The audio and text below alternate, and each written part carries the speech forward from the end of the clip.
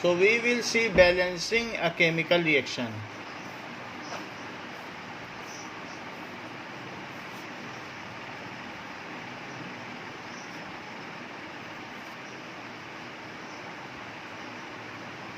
It is part of stoichiometry. Now, some of the reaction you have already seen, that Fe plus O2, if iron reacts with air, then in presence of water and CO2, that is इन दोनों को मिलके carbonic acid बन जाता है H2CO3. तो in present of acids, trace of acids in atmosphere, it is converted in Fe2O3, that is ferric oxide, red brown colour का होता है, या इसे ये भी कह सकते हैं आयरन 3 ऑक्साइड. कभी भी जब मेटल के साथ ऑक्साइड लिखोगे तो वहाँ पर डाई ऑक्साइड नहीं लिखना है. जैसे कार्बन के साथ लिखोगे तो कार्बन डाई ऑक्साइड लिखना है, नाइट्रोजन के साथ लिखोगे तो डाई नाइट्रोजन पेंटा ऑक्साइड लिखना है. लेकिन यहाँ पर रोमन में इसकी वैलेंसी लिखी जाती है कि वैलेंसी क्या है, and it is called stock notation. However, in case of non-metal, no such case is there. आपको वैलेंसी नहीं लिखना है. मेटल के साथ मोनो डाई ट्राई नहीं लगाना है और नॉन मेटल के साथ स्टॉक नोटेशन नहीं लगाना है. तो यहाँ पर अब हम इसको बैलेंस कर देते हैं. ये 3/2 है. However, oxygen cannot be in fraction, so by multiplying with 2, it is 4Fe plus 3O2 gives Fe2O3, और यहाँ 2 लगा दें.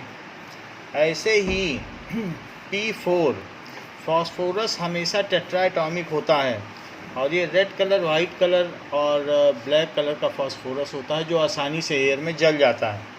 तो फॉस्फोरस का ये रेड फॉस्फोरस होता है जो माचिस की तीली में, मैच स्टिक के आगे लगा है, वो प्योर फॉस्फोरस है. उसी को पाउडर कर लो, आप समझ सकते हैं कि कैसा है. तो it is when burning, burnt in air, then tetra phosphorus deca oxide बनाता है. Tetra phosphorus deca oxide. So 4 phosphorus हैं, एक P है, एक P है, एक P है और एक P है. जबकि इनकी अपनी वैलेंसी भी होगी. तो इनकी कैसे वैलेंसी होगी? इनके बीच में जो बॉन्ड बनेगा वो ब्रिजिंग एटम का बनेगा O के साथ. कभी भी ये O के साथ इनका ब्रिजिंग एटम में बॉन्ड बनेगा, तो उससे O की वैलेंसी फुलफिल हो जाएगी. और साथ में फॉस्फोरस में 5 की वैलेंसी होती है. सो 5 की वैलेंसी में all electrons will be shared completely with oxygen. तो ज़रा इस ऑक्सीजन को काउंट करें, क्या हमारा टेट्रा फॉस्फोरस डेका ऑक्साइड का स्ट्रक्चर ठीक है? तो 4 तो यही हो गए, 4 ये हो गए, और इसके अलावा बीच के 2 ब्रिजिंग हो गए, तो 10 हो गए. That is P4O10. ये रिंग स्ट्रक्चर है. तो अब हम इसकी वैलेंसी को ठीक कर लें तो ये 5 हो गया. However in some cases, like अगर प्रोपेन को जलाया जाए, प्रोपेन एक गैस है C3H8 जो मीथेन के साथ, नेचुरल गैस के साथ थोड़ी न थोड़ी क्वांटिटी में रहती है. सो इसलिए that is found in case of methane. तो हम बैलेंसिंग ऑफ केमिकल रिएक्शन देख रहे हैं, जिसमें हमने आयरन का ऑक्सीडेशन देखा, फिर उसके बाद फॉस्फोरस का ऑक्सीडेशन देखा. Now propane. सो प्रोपेन के केस में अब हम देखेंगे. सो प्रोपेन को जब ऑक्सीजन से जलाओगे तो 3CO2 बनेगा, और 8 हाइड्रोजन है तो 4H2O बन जाएगा. चूँकि यहाँ पर 6O लग गया है और 4O लग गया है तो 10O है, तो इसलिए 5O2 करके हम इसे बैलेंस कर सकते हैं. नाउ C3H8, तो ये 6 हो गया और ये 4, तो 10 है. तो इस तरीके से बैलेंसिंग की जा सकती है. अब देखो कि कई बार ऐसा भी होता है कि मिक्स्ड ऑक्साइड भी दिखाए जाते हैं, जैसे Pb3O4. So Pb3O4 it consist of PbO और ये PbO2, दो चीज़ों का ये मिक्सचर है. जो सिंदूर है वो दो चीज़ों का मिक्सचर है, PbO2. So it is lead oxide. तो लेड ऑक्साइड का जो मिक्सचर है तो वो ऐसे है, जिसमें इसकी स्टॉक नोटेशन में लेड 4 ऑक्साइड है, जबकि ये कौन सा है, लेड 2 ऑक्साइड. सो इन दोनों का ये मिक्स्ड ऑक्साइड है. ऐसे ही Fe3O4. सो Fe3O4 ये FeO और Fe2O3 का मिक्सचर है. तो इस तरीके से भी होता है जहाँ पर ये सिंदूर है, या इसे इंग्लिश में रेड लेड कहते हैं, सुर्ख लाल सीसा. अब जरा देखो कि क्वेश्चन पूछा गया है 1.28 that what is the number of atoms.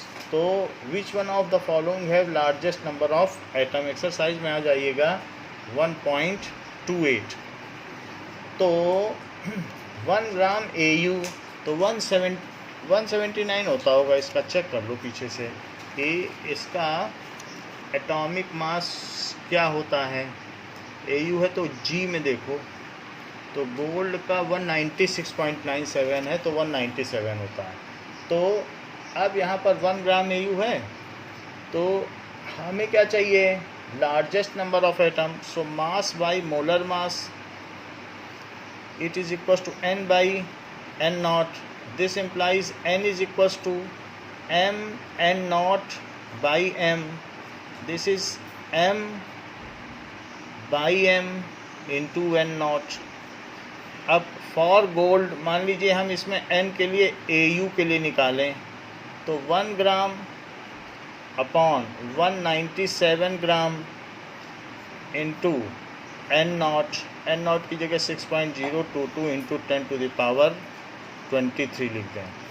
इतना लिख के छोड़ दें. अब यहाँ पर ये पता चलता है कि इसका डिनोमिनेटर ये है. बाकी ऊपर की चीज़ें कांस्टेंट है, बल्कि 1 ग्राम को भी मर्ज किया जा सकता है. ग्राम ग्राम भी कट गया तो 6.022 into 10 to the power 23 upon 197. Similarly n of sodium it is 6.022 into 10 to the power 23 by 23. and n of Li का एटॉमिक मास क्या होता है, लिथियम का एटॉमिक मास क्या है बताइए. तो 7 हो गया. और इसी तरीके से क्लोरीन है, जबकि ये डाई क्लोरीन गैस है. तो इस तरीके से NCl2 it is equals to कितने नंबर होंगे, 6.022 into 10 to the power 23 divided by 71 लिखना, क्योंकि Cl2 बोला गया है, जो भी उसका मोलर मास हो. कोई एटॉमिक फॉर्म में तो है नहीं, ये डाई एटॉमिक फॉर्म में है. So as denominator of gold is highest so the number of gold is least, and as the denominator of lithium is least so the number of atoms in lithium is highest. बोलो बात समझ में आ गई, बताइए. so as the denominator of as denominator of lithium is least so number of atoms in it is highest. अब जरा देखो 1.36. सो 1.36 question में क्या कहा गया, chlorine is prepared. So in the laboratory by treating, ये दवेस प्रोसेस है, दवे ने इस पर काम किया था, उनको नोबेल प्राइज़ दिया गया था।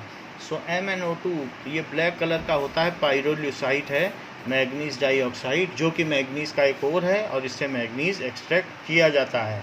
सो यदि हम मैग्नीज डाइऑक्साइड जो कि ब्लैक कलर का होता है उसको हाइड्रोक्लोरिक एसिड के सॉल्यूशन में डाल दें, जो कि एक्वियस है, ये सॉलिड है, ये एक्वियस है क्योंकि पानी में डाल दिया गया है।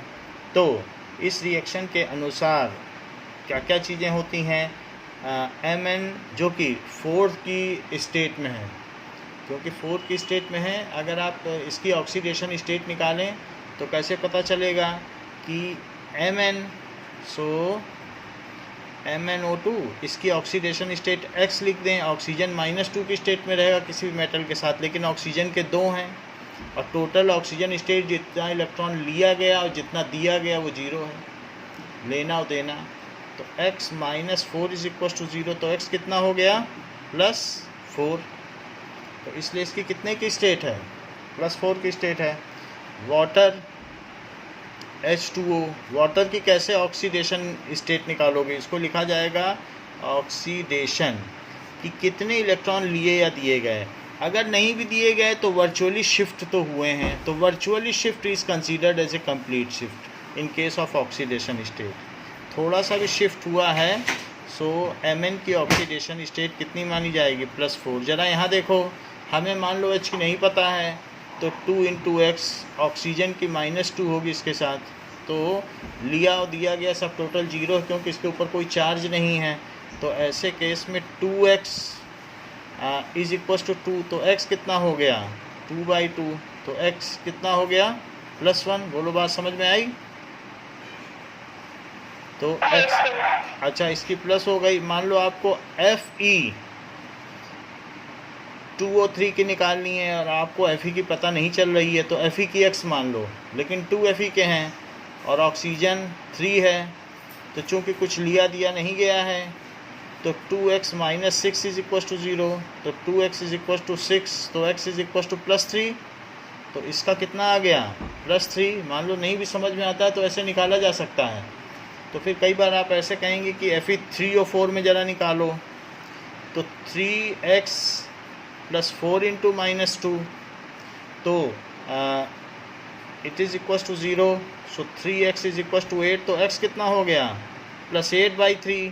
अब आप कहेंगे फ्रैक्शन में इलेक्ट्रॉन तो लिए दिए जा नहीं सकते, इसीलिए मैंने आपको बताया कि ये FeO और Fe2O3 के फॉर्म में। बोलो बात समझ में आई। क्योंकि फ्रैक्शन में ऑक्सीडेशन स्टेट, क्या फ्रैक्शन में इलेक्ट्रॉन लिए दिए जाएंगे, तो ऐसे केसेस में जहाँ पर फ्रैक्शन में आती है वहाँ पर वो जो भी हैं वो इस तरीके से रिप्रेजेंट किए जाते हैं। कई बार उनके ऊपर एक चार्ज होता है, तो ऐसे केस में मान लीजिए हमें N की नहीं पता लेकिन हाइड्रोजन मालूम है कि नाइट्रोजन से ज़्यादा इलेक्ट्रोपॉजिटिव है, तो इसलिए इसको इलेक्ट्रॉन देना पड़ेगा और नाइट्रोजन लेगा, क्योंकि इसकी इलेक्ट्रोनिगेटिविटी 3 की है जबकि इसकी इलेक्ट्रोनिगेटिविटी 2.1 की है, तो इसे देना पड़ेगा, ये ले लेगा, तो इसलिए +1 ये दे देगा। और ऐसे 4 हैं, और जो चार्ज होता है वो उधर लिखा जाता है, चार्ज उधर लिख दिया। तो इस तरीके से x = +1 - 4, तो x = -3। तो नाइट्रोजन की स्टेट क्या पता चली, 3 इलेक्ट्रॉन इसने लिए हैं। ओके, तो वही चीज़ है, ये चीज़ हमें पता होनी चाहिए। तो मैंने इस पर +4 लिख दिया है क्योंकि Mn की ये है, इस पर क्या लिख दिया है, ये +1, ये -1, ये भी +1, ये -2। अच्छा, साथ में क्या बन रहा है ये वाटर से भी क्या क्या रिएक्शन हो रही हैं। वाटर बन रहा है MnCl2। MnCl2 में Mn की क्या है ऑक्सीडेशन स्टेट,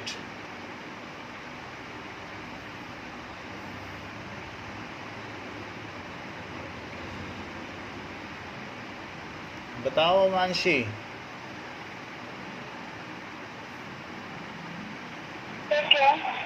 Mn की क्या ऑक्सीडेशन स्टेट है,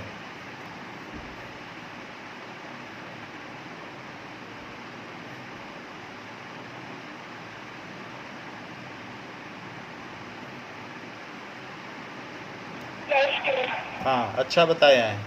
+2 क्लोरीन की तो -1 ही रहेगी, अनचेंज रहेगी। और साथ में Cl2, Cl2 में Cl की क्या है?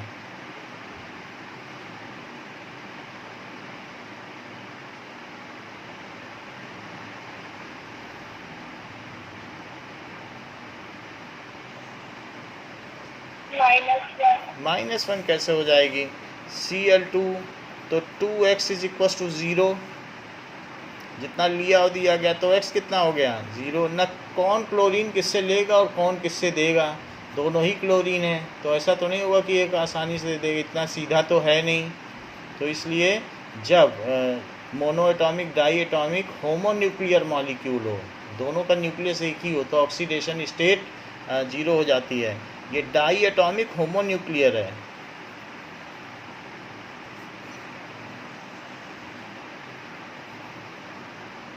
समझ में आई बात? तो ऑक्सीडेशन स्टेट 0 हो जाती है। जबकि ये क्या है? ये डाई एटॉमिक हीट्रोन्यूक्लियर है। बोलो हीट्रो का मतलब समझती हो? तो हीट्रो होगा तो फिर वहाँ ये हो जाएगा, तो इसकी 0 लिख दी। बताइए Mn+4 से ये किस में जा रहा है? +2। तो इसका क्या हो रहा है? अगर ऑक्सीडेशन स्टेट घट रही है तो क्या हो रहा है? इफ इलेक्ट्रॉन्स आर, हाँ, इलेक्ट्रॉन्स आर एक्सेप्टेड, इसने 2 इलेक्ट्रॉन ले लिए। इलेक्ट्रॉन अगर एक्सेप्ट कर लिए हैं तभी तो +4 से +2 गया है, दो निगेटिव चार्ज एक्सेप्ट कर लिए होंगे, तो इसलिए इसका क्या हुआ? रिडक्शन। तो क्या आप मुझे बता सकती हैं कि किसकी ऑक्सीडेशन स्टेट बढ़ रही है?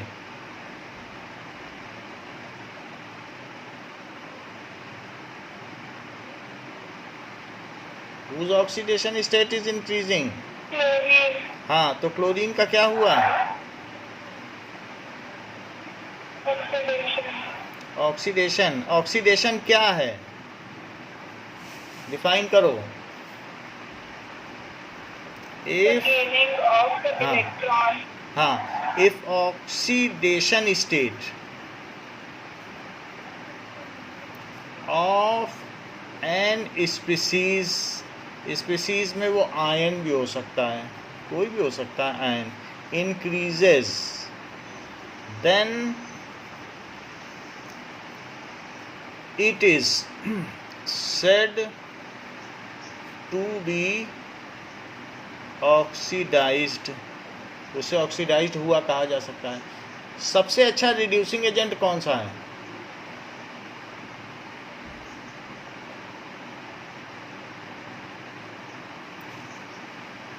और सबसे अच्छा ऑक्सीडाइजिंग एजेंट क्या है? ठीक है, फ्लोरीन सबसे अच्छा ऑक्सीडाइजिंग एजेंट है और लिथियम सबसे अच्छा रिड्यूसिंग एजेंट है। वो दूसरे को रिड्यूस कर देगा और खुद ऑक्सीडाइज हो जाएगा, ऐसी टेंडेंसी होती है। अच्छा, इफ ऑक्सीडेशन स्टेट, या ये कह सकते हो कि इंक्रीजेज यानी loss of electron, if oxidation state of an species, of a species, an नहीं होगा,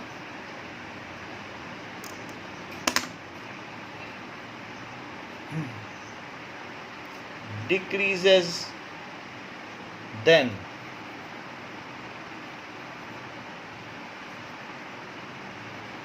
it is said to be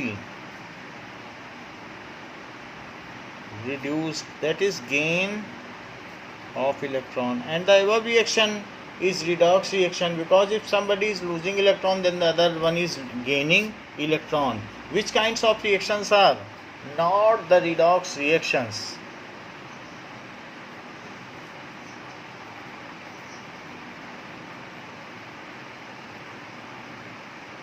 बोलो।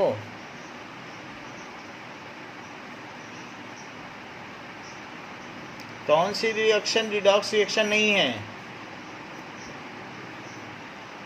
डबल डिस्प्लेसमेंट रिएक्शन,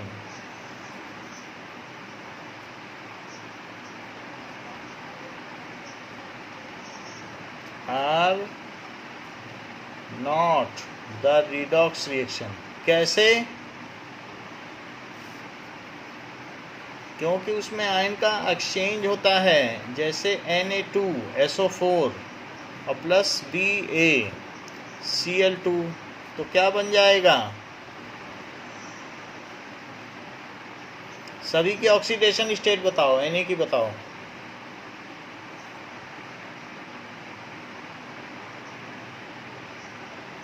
जल्दी बताया करो। Am I audible? तो बताओ Na की। फर्स्ट ग्रुप वालों की क्या होती है? सोडियम कितना दे सकता है?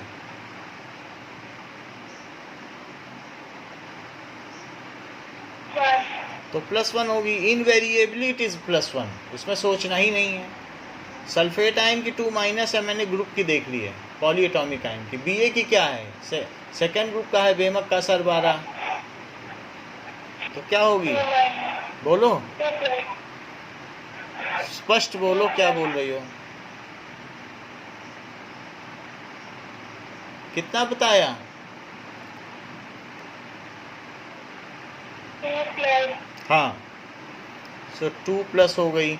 यहाँ पर भी 2+ ही रहेगी क्योंकि ये 2- है। और क्लोरीन की -1 हो गई। ऑक्सीडेशन स्टेट जो है ऊपर ऐसे लिखी जाती है, माइनस पहले लगाया जाता है। जब चार्ज लिखा जाता है तो उल्टा लिखा जाता है, तो इसकी +2 हो गई। अच्छा ये बताओ, सब ये प्लस माइनस में लिखे, हम चार्ज नहीं लिख रहे हैं, हम सिर्फ ऑक्सीडेशन स्टेट लिख रहे हैं। तो ये +2, ये -2, ठीक है। अच्छा अब ऐसे ही NaCl में बताओ, Na की किसी का कुछ हुआ? हो रहा है तो बता दो। हाँ, so not a redox reaction.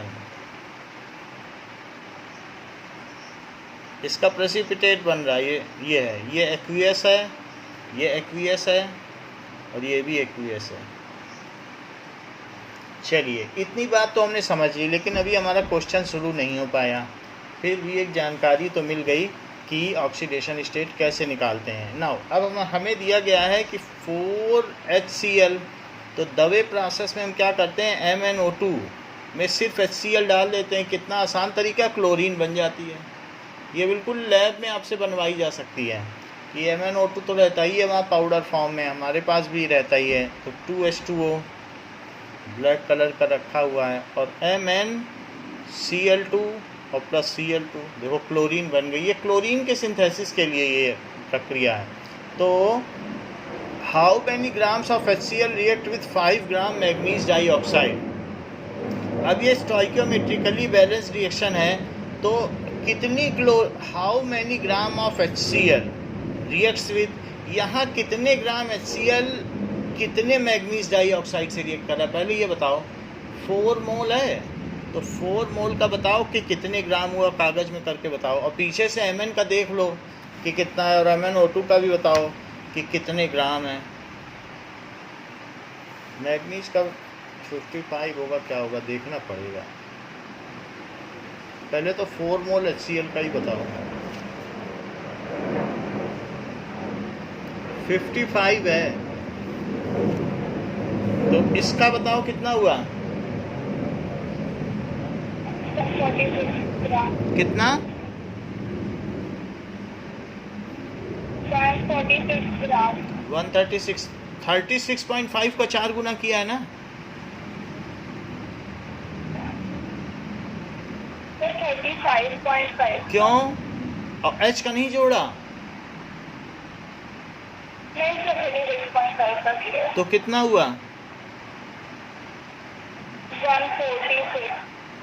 146, चलो 146 ग्राम। इसका करके बताओ, ये 55 ये हो गया, और 32, तो 55 + 32 कितना हो जाता है? 80 ग्राम। तो इतना ग्राम इतने से रिएक्ट करता है, यानी कि 87 ग्राम इतने से रिएक्ट करता है। तो 5 ग्राम मैग्नीज डाइऑक्साइड कितने से रिएक्ट करेगा, ये बताना है। सो 86 ग्राम MnO2 रिएक्ट्स विथ 86 था कि 87? 55 55 और क्या है O2 87 gram MnO2 reacts with 143 gram HCl। तो बताइए 5 ग्राम MnO2 रिएक्ट्स विद, इसे कैलकुलेट करके बताएं इंटू 5 कि कितना आंसर आता है। पीछे देख लेंगे 1.35 का 0.40 क्या है? 8.218. ठीक है, पीछे 8.40 आ रहा है, 8.418, अब जो भी आ रहा है यही है। This much gram HCl। ठीक है, उन्होंने 35.45 लिया होगा मुझे लगता है, हम लोगों ने 35.5 लिया है, क्योंकि अगर आप पीछे देखोगी तो HCl का Cl का होता है 35.45। Okay, now we will switch over to next topic, that is concentration. What is concentration? That is reactions in solution.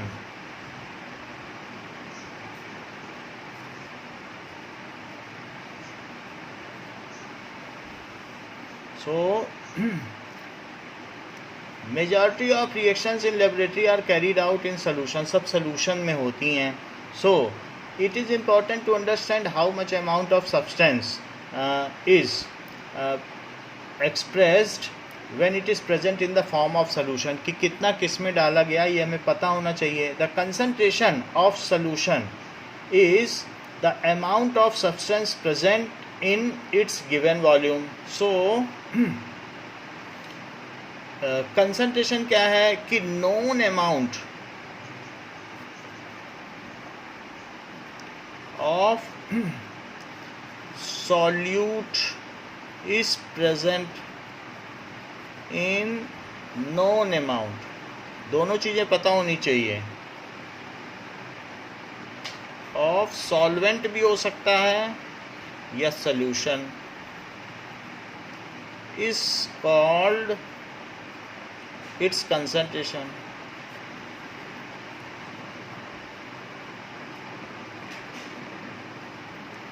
अच्छा, concentration can be calculated in solvent also और in solution also। जैसे मैं कहूँ कि 20 gram sugar is present,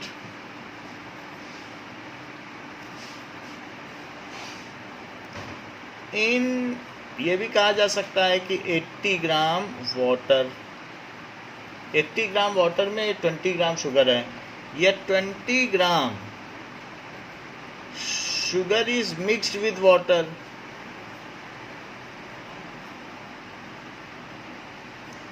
to make 100 gram syrup, दोनों एक ही चीज हैं। ये हमने इन टर्म्स ऑफ सॉल्वेंट बता दिया और ये इन टर्म्स ऑफ सोल्यूशन है, यहाँ सोल्यूशन के टर्म्स में बता दिया गया है और यहाँ पर सॉल्वेंट के टर्म्स में बता दिया है। तो जो concentration can be expressed in terms of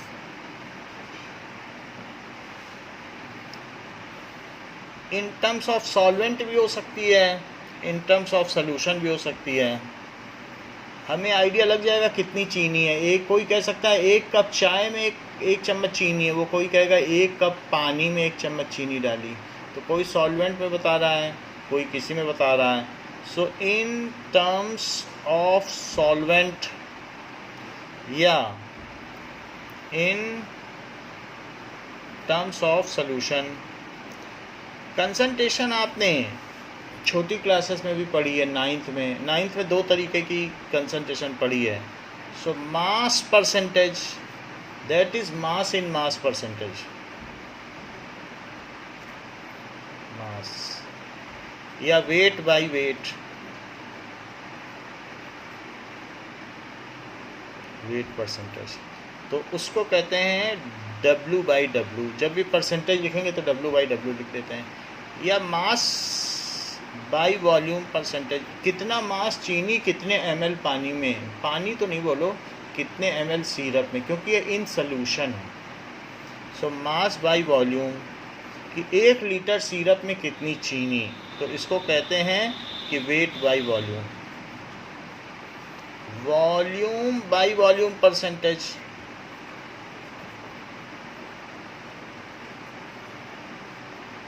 तो उसमें ये लगा देते हैं, क्योंकि सब परसेंटेज हम लिखेंगे नहीं तो पता ही नहीं चलेगा कौन सा हम यूज़ कर रहे हैं। इसके अलावा 9th में सॉल्युबिलिटी भी पढ़ी है कि amount of maximum amount of solute which can be dissolve in 100 gram of solvent. तो अगर सॉल्वेंट के टर्म्स में लेंगे तो फिर ये उधर आ जाएगा, क्योंकि सॉल्वेंट में लेते हैं। 9th में एक बुक है जिसमें प्रज्ञा एक कोई एक्सपेरिमेंट करती है, 4 तरीके के सॉल्ट को मिलाती है, एक्सरसाइज का क्वेश्चन है 2nd चैप्टर का, तो वो वहाँ आ जाएगा। तो यहाँ पर सॉल्युबिलिटी आ जाएगा। सब चीज़ें हम लोग देखेंगे। इसके अलावा आएगा mole fraction,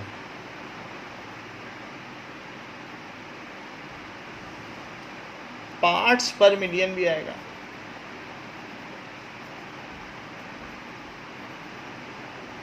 that is ppm,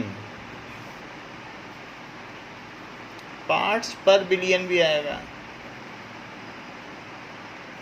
so ppb ऐसा हो जाएगा, ठीक है। इसके अलावा मोलैरिटी आ जाएगी, और यहाँ पर क्या आ जाएगी, यहाँ आएगी मोलैलिटी,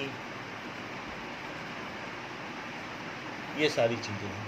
अच्छा, कुछ चीज़ें हमने पहले से ही देख रखी हैं, उसको फिर से देख लेते हैं। तो मास परसेंटेज देखो, so in terms of solution, concentration in terms of solution देखो,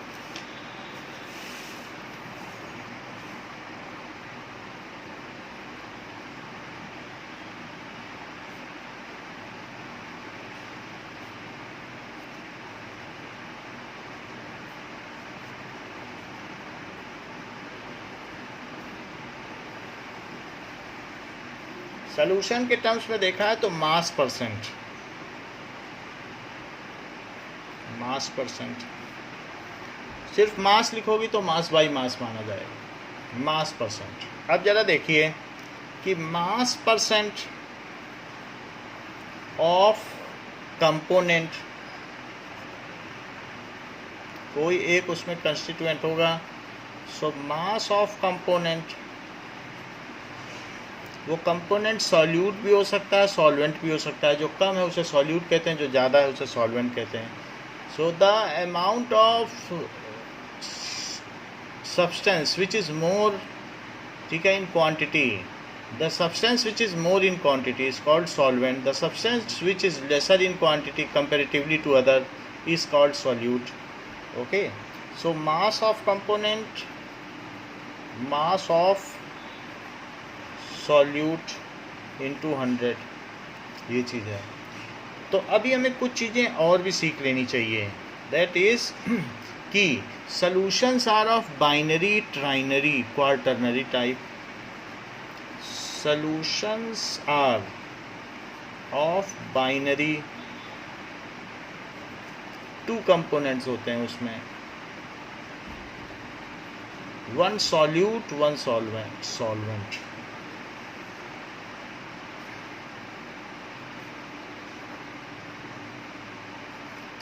ट्राइनरी 3 कंपोनेंट होंगे, तो 2 सॉल्यूट्स होंगे 1 सॉल्वेंट। और क्वार्टरनरी भी हो सकते हैं, चीनी भी मिला दी, नमक भी मिला दिया, कॉपर सल्फेट भी मिला दिया, तो क्वार्टरनरी 3 सॉल्यूट्स 1 सॉल्वेंट, ऐसा होगा। The substance which is lesser in quantity than the other is called solute.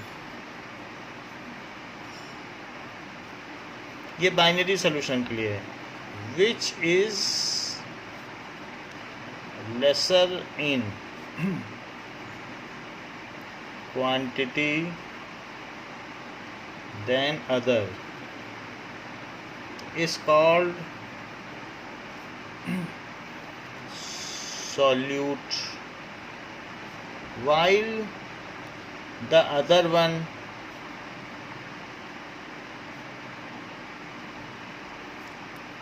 which is more in amount and decides medium, उसी की वजह से जैसे पानी में चीनी डाली तो लिक्विड ही रहेगा, जो ज़्यादा होगा उसी के हिसाब से रहता है, वो डिसाइड करता है मीडियम को भी। इज सॉल्वेंट, और चीनी में थोड़े से पानी डाल दो तो सॉलिड ही रहेगा, ये चीज़ है। तो मास ऑफ सॉल्यूशन क्या होता है? It is mass of solute plus mass of solvent. बोलो ठीक, इतनी बात समझ में आ गई? अब देखो सैचुरेटेड सॉल्यूशन का क्या मतलब होता है। Saturated solution, the maximum amount of solute which can be dissolved if no more solute can be dissolved in any solution, then such kind of solution is called saturated solution. If no more amount of solute can be dissolved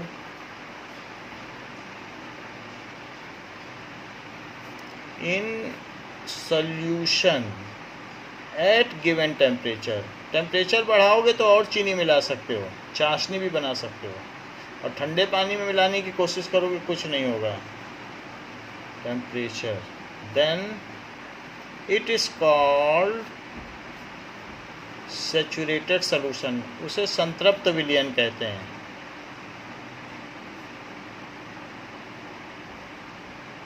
unsaturated solution क्या है?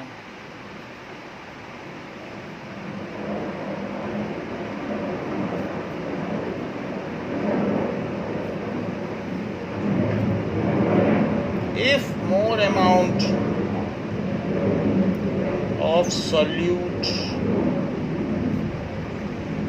can be dissolved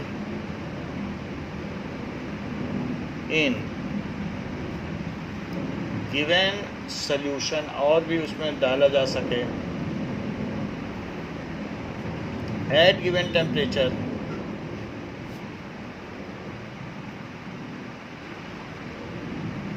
then it is unsaturated, और भी डाल सकते हो तो it is unsaturated solution।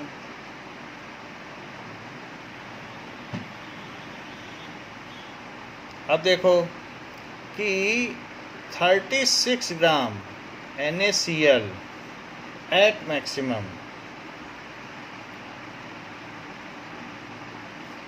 can be dissolved in 100 gram water at 25 degrees Celsius to make saturated solution.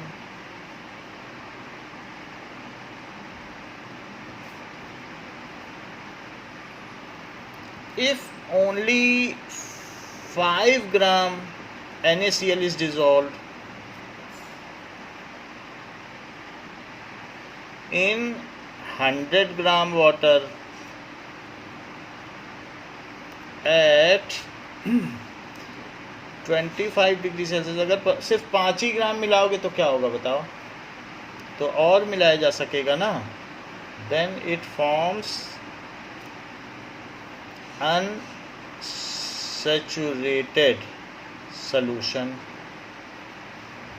What is super saturated solution? अति संतृप्त विलयन से आप क्या समझते हैं?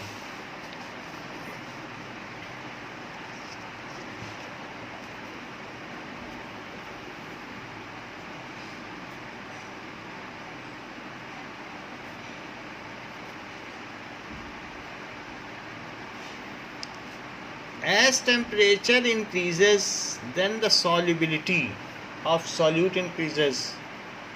As temperature increases, then solubility, यानी मैक्सिमम कितना 100 ग्राम में मिलाया जा सकता है उसे solubility कहते हैं.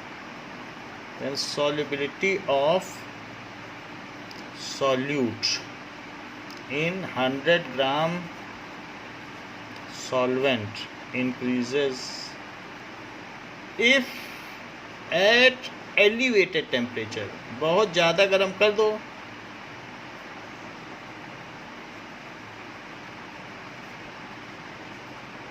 सैचुरेटेड सोल्यूशन इज प्रिपेयर्ड, तो उसमें 36 ग्राम से भी ज़्यादा 38-39 ग्राम नमक मिला लोगी और चीनी भी ज़्यादा मिल जाएगी.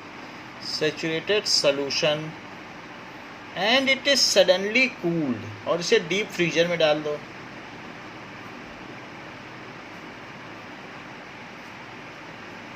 धीरे धीरे न करो, क्रिस्टलाइजेशन नहीं है कि इवेपोरेशन से कर रही हो, तब तो क्रिस्टलाइजेशन हो ही जाता है. जलेबी में देखो, जहाँ जलेबी बनती की किनारे शुगर के क्रिस्टल रहते हैं उसमें, लेकिन सडनली कूल करोगी, then solute does not get a chance to get crystallize. उसको इतना समय ही नहीं मिलता, आपने उसे डीप फ्रीजर में रख दिया and it remain suspended in solution.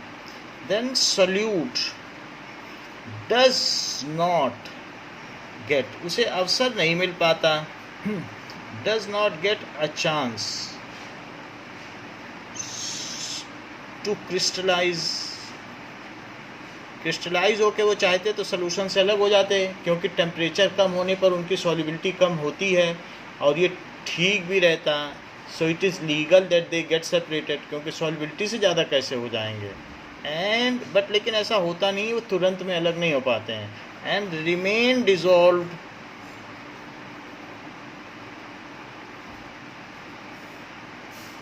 in solution. It is called supersaturated solution.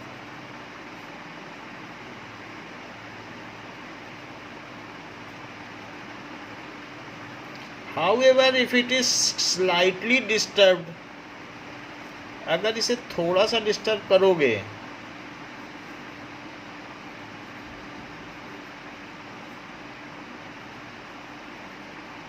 हिला दोगे, then rapid crystallization process takes place.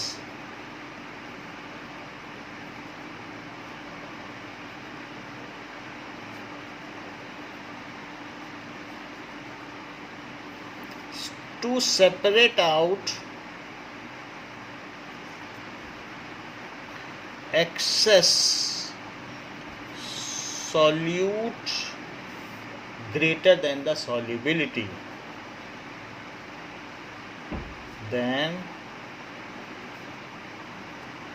solubility at stipulated temperature, दिए गए तापमान पर जितनी भी उसकी विलेयता होगी उससे अधिक विलेय पदार्थ उस विलयन से अलग हो जाएगा. At stipulated temperature. मान लीजिए 30 ग्राम चीनी आप मिला पाती हैं 100 ग्राम पानी में, लेकिन आपने क्या किया, खूब खौलाया, 50 ग्राम मिला दिया और फिर उसे जल्दी से फ्रीजर में रख दिया.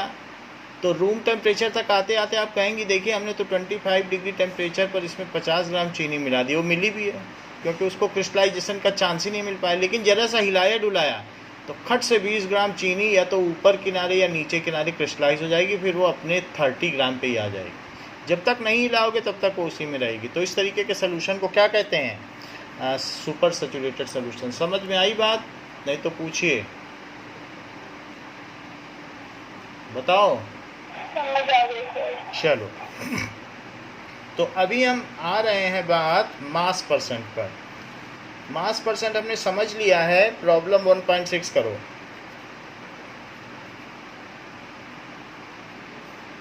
कि a solution is prepared by 2 gram of substance A to 18 gram of water. 2 ग्राम कोई सब्सटेंस, हमें मालूम नहीं है क्या मिलाया गया, चीनी मिलाई गई, नमक मिलाया गया. Calculate the mass percent of solute.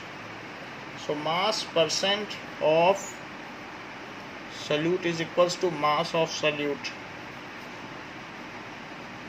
upon mass of solution into 100। चूँकि 2 ग्राम मिलाया गया और वाटर में मिलाया गया, सावधान रहिएगा, ऐसा ना कर दीजिएगा नीचे 18 ग्राम रख दें। सो मास ऑफ सॉल्यूशन, सवाल को ध्यान से पढ़ना है। मास ऑफ सॉल्यूट ऐसा फार्मूला हमने अभी लिखाया था, plus mass of solvent, mass of solvent. तो 2 ग्राम तो ये है और 18 ग्राम ये है, तो कितना हो गया 20 ग्राम। सो यहाँ पर 2/20 लिख दें और इंटू 100 लिख दें, तो कितना हो जाएगा, 0 से 0 कटा, 2 से 2 कटा, तो 10% आ गया कि नहीं। और वेट बाई वेट लिख दें, बोलो सही है।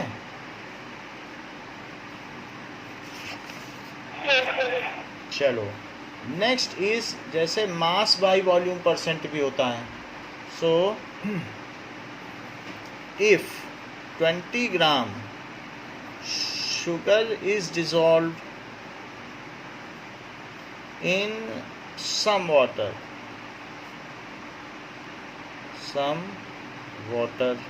to make 100 ml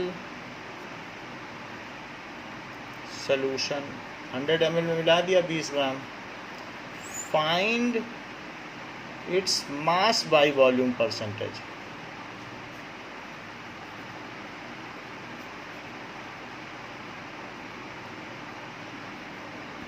ठीक है, तो अब देखो आंसर। वैसे तो वॉल्यूम बढ़ जाता है, टेम्परेचर बढ़ाओगे, एट कांस्टेंट टेम्परेचर ही लेना चाहिए।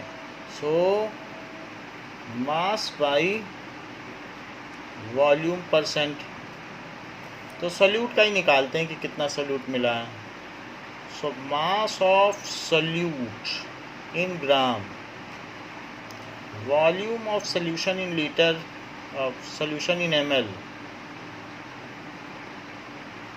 ml में भी निकाल सकते हो, लीटर में भी निकाल सकते हो, फिर आपको वैसा रिफ्लेक्ट करना पड़ेगा। तो 20 ग्राम यहाँ लिया, 100 ml यहाँ लिया और इंटू 100, तो 100 से 100 कट गया, तो 20% ग्राम पर ml ऐसे लिखा जाएगा कि कितने में क्या लिया है, क्योंकि ग्राम में ml में लिया है। तो ऐसे लीटर में फिर परसेंटेज बहुत कम आ जाएगी, लेकिन लीटर में भी निकाल सकते हो अगर आप चाहो तो। 20 ग्राम और अपॉन ये कितने लीटर में लिया गया है, 100 ml को कितना लिखेंगे, 0.1 लीटर और इंटू 100। तो ये ऑड लगता है जैसे कि 2000% है। क्या ये ठीक लगेगा, बताओ। 2000% लिखने में अच्छा लगता है क्या? तो इसलिए इसको प्रेफर नहीं करते हैं, ग्राम पर litre. So it is not, इसीलिए यही लेते हैं। अच्छा, इथाइल अल्कोहल पानी में घुलनशील है, it is soluble in all proportion. Ethyl alcohol C2H5OH होता है, जो विस्की का एसेंशियल कंपोनेंट है। तो अगर हम उसे पानी में मिला दें तो it is soluble in it. ठीक है, तो अब हम देखें, तो हम वॉल्यूम बाई वॉल्यूम परसेंटेज निकालें कि if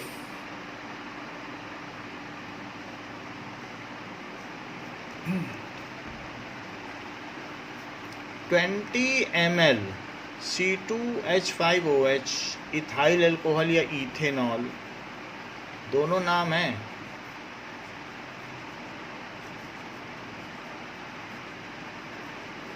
is mixed in 80 ml water to make solution,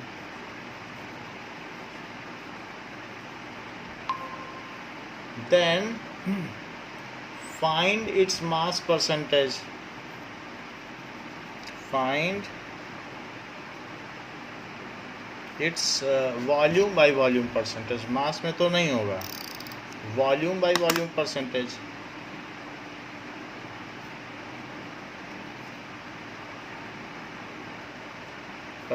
तो टोटल वॉल्यूम ऑफ सॉल्यूशन क्या हुआ? टोटल वॉल्यूम ऑफ सॉल्यूशन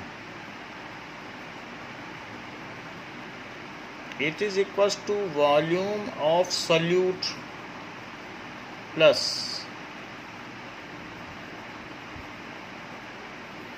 तो 20 ml उसका हुआ और 80 ml किसका हुआ? ये बन गया डाइल्यूट सॉल्यूशन। आपने बना लिया। अब इसके बनाने के बाद अब आप क्या करेंगे? सो वॉल्यूम परसेंटेज लिखोगे तो वॉल्यूम बाय वॉल्यूम माना जाएगा। It is volume of solute upon volume of solution into 100। सो इसको 20 लें, नीचे 100 हो गया है और इनटू 100। ये दो ज़ीरो कट गए। सो 20% V बाई वी। चूँकि दोनों ml में है तो ml में लोगे या लीटर में लोगे तो कोई दिक्कत नहीं होगी। इस तरीके से हम इसे कर सकते हैं। नाउ अब ज़रा देखें कि मोल फ्रैक्शन क्या होता है, मोल फ्रैक्शन किस तरीके का है। और इसके अलावा हमने और भी चीज़ें देखी हैं कि पार्ट्स पर मिलियन एंड पार्ट्स पर बिलियन भी होता है। पार्ट्स पर मिलियन, पार्ट्स पर मिलियन ppm। तो ऐसा हमें न्यूज़ में डेली सुनने को मिलता है कि सल्फ़र डाइऑक्साइड या Cl2 की परसेंटेज एयर में क्या है N2O5 की, वो ppm में देता है। चाहे आप मौसम की जानकारी या पॉल्यूशन चेक देखेंगे, कई जगह पे इसके टीवी भी लगे रहते हैं चौराहों पर। तो the amount of traces of gases present in 1 million part, 1 million में उसके कितने पार्ट हैं। सो अमाउंट या पार्ट्स ऑफ सॉल्यूट, ये पर 100 है तो परसेंट है। परसेंट का क्या मतलब होता है? प्रति 100 में, पर और प्लस सेंट, यह है पर मिलियन। जब ज़्यादा है तो परसेंट। लेकिन कुछ ऐसी चीज़ें होती हैं वो इतनी हानिकारक होती हैं कि ppm में भी होने पे भी बड़ी हानिकारक हैं। सो अमाउंट या parts of solute present in 1 million part या प्रेजेंट इन पर मिलियन पार्ट, उसको कहते हैं is called ppm। So concentration in ppm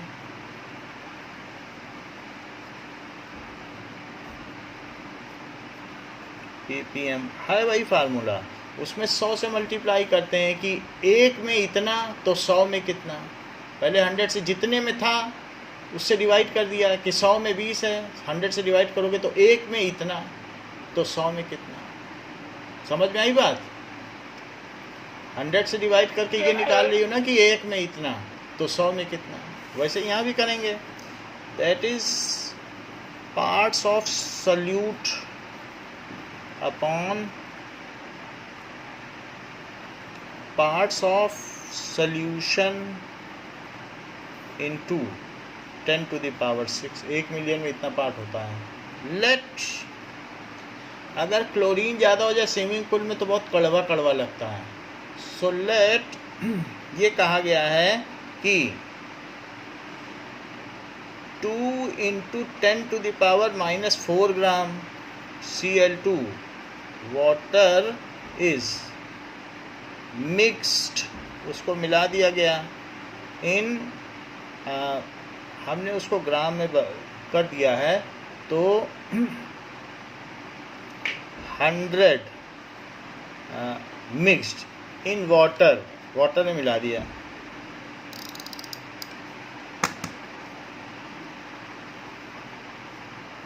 to make 100 kg solution, 100 kg का सॉल्यूशन बना लिया। तो find concentration in ppm, swimming pool में ऐसा किया जाता है, concentration in ppm। So concentration in ppm क्या होगा,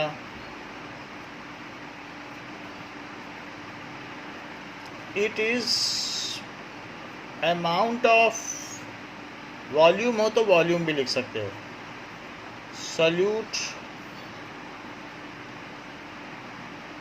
अमाउंट ऑफ सॉल्यूशन, जैसे मास परसेंट है बिल्कुल उसी तरीके से, बस 10⁶ करना पड़ेगा क्योंकि वो प्रति 100 में है, ये प्रति 10 लाख में है। तो 2 × 10⁻⁻4, चूँकि 100 kg है तो ग्राम में भी बदलो, ये भी ग्राम है तो ये भी ग्राम में बदला जाना चाहिए। 3 जीरो लगा दो, 1 ग्राम में बदल गया,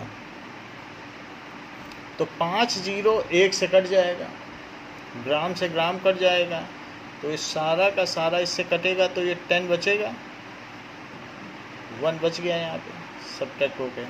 तो इट इज़ 2 × 10⁻³ तो ये इतने ppm हो गए। समझ में आ गई बात कि ppm में निकालने का क्या तरीका है, इतने इसमें कुछ परसेंटेज नहीं लिखी जाती, बस ppm। Now concentration in ppb, parts पर billion, it is amount of solute.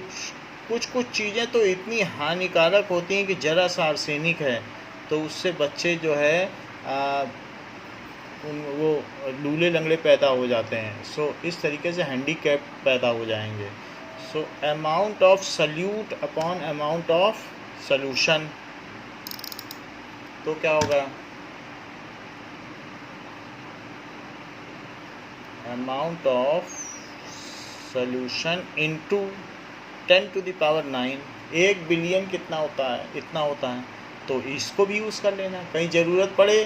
Parts ppm का तो क्वेश्चन है ही है आपके बुक में, अभी हम करा देंगे। तो ppm का जो क्वेश्चन है वो 1.17 है, उसको अभी कराया जाएगा। और जबकि ppb का भी पूछा जा सकता है तो उसको भी हम कर लेंगे। Next is mole fraction.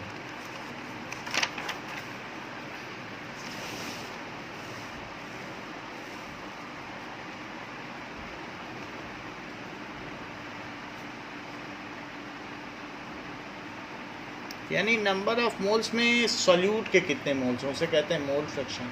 How many number of moles of solute are present, तो उसको कहेंगे मोल फ्रैक्शन।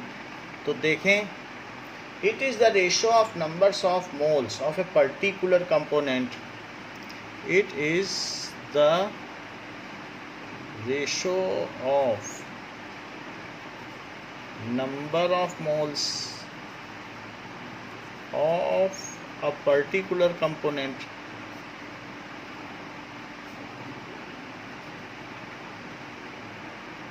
ठीक है, to the total number of moles, to the total number of moles in solution। जैसे कहा जाए कि mole fraction of A, mole fraction of A, तो number of moles of A upon number of moles of A plus number of moles of B. मान लो उसमें 2 चीज़ें हैं तो सारे मोल्स नीचे और उसी के मोल ऊपर, मोल फ्रैक्शन इसको एक्स ए कहते हैं। तो Na/Na+Nb। अगर आप एक्स बी निकालना चाहो दूसरे का मोल फ्रैक्शन तो उसके ऊपर रखो और टोटल मोल नीचे रखो, यानी टोटल में इतना तो एक में कितना हो, उससे टोटल से डिवाइड कर दोगे तो 1 में आ जाएगा। जैसे आप 100 में कितना निकालती हो तो 100 से मल्टीप्लाई करती हो। पार्ट्स पर मिलियन में निकालती हो तो मिलियन से करती हो, बिलियन में निकालती हो बिलियन, और किसी से ना करो यानी 1 से कर दो तो फ्रैक्शन में आ जाता है। जब 1 में पार्ट निकाले जाते हैं तो हमेशा फ्रैक्शन होता है कि एक में कितना मिलेगा। एक पिज़्ज़ा में मेरा क्या हिस्सेदारी है, 2/3 है, 2/3 मिलेगा। तो एक में जो मिलेगा उसको क्या कहते हैं, फ्रैक्शन। तो x A plus x B क्या होगा,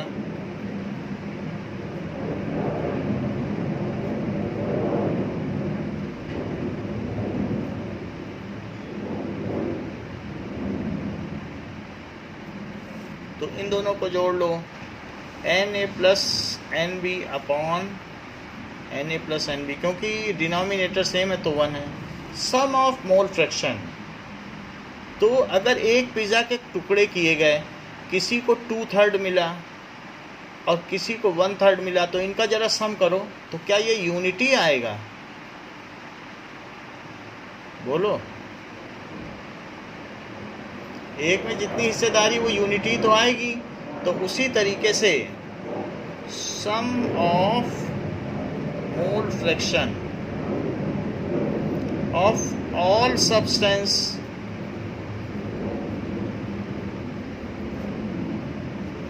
in a solution is unity, that is XA plus XB। अगर XCB है तो भी यूनिटी आएगा। मान लो 3 कंपोनेंट होते हैं तो ट्राइनरी सोल्यूशन भी होता है। XA क्या होता है, NA upon NA plus NB plus NC। दूसरे का निकालते हैं XB का,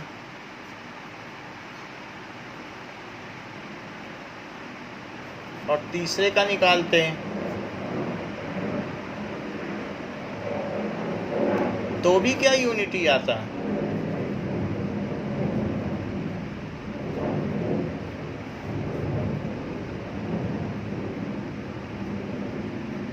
सो इट इज यूनिटी। जैसे क्वेश्चन हमको दिया गया है कि if 80 gram NaOH solution is mixed with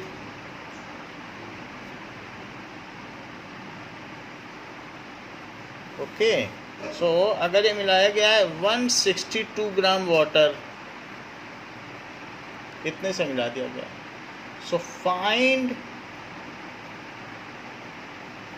mole fraction of each component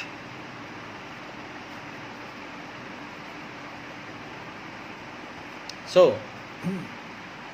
NaOH है तो NaOH के नंबर ऑफ मोल्स निकालो, number of moles of NaOH, mass upon molar mass, कितना मास लिया गया है बताइए। एम आई ऑडिबल, 40 कितना है, 40 कहाँ है, मास कितना लिया गया है, 50 ग्राम, और उसका मोलर मास,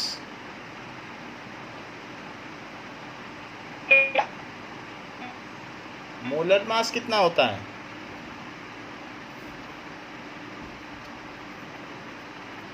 इट इज 40, तो 2 मोल हो गए। अच्छा NH2O निकालो, 162 लिया गया है, इसका मोलर मास क्या है,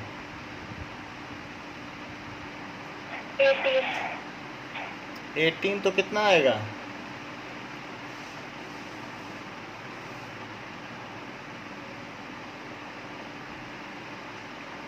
बताइए।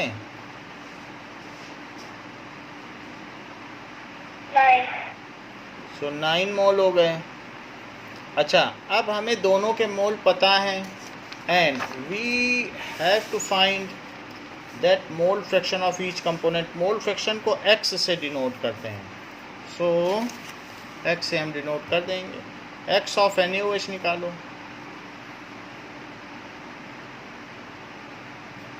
सो N NaOH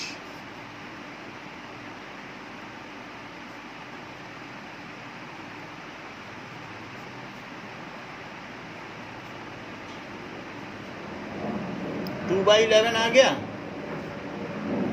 ठीक है। तो 2/11 तो ये आ गया। इसको करना हो तो डेसिमल में करो, अदरवाइज ऐसे ही है।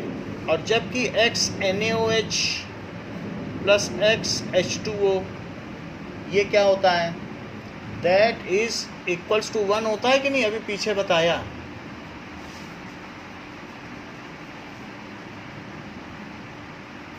तो वाटर के मोल फ्रैक्शन क्या हो जाएंगे,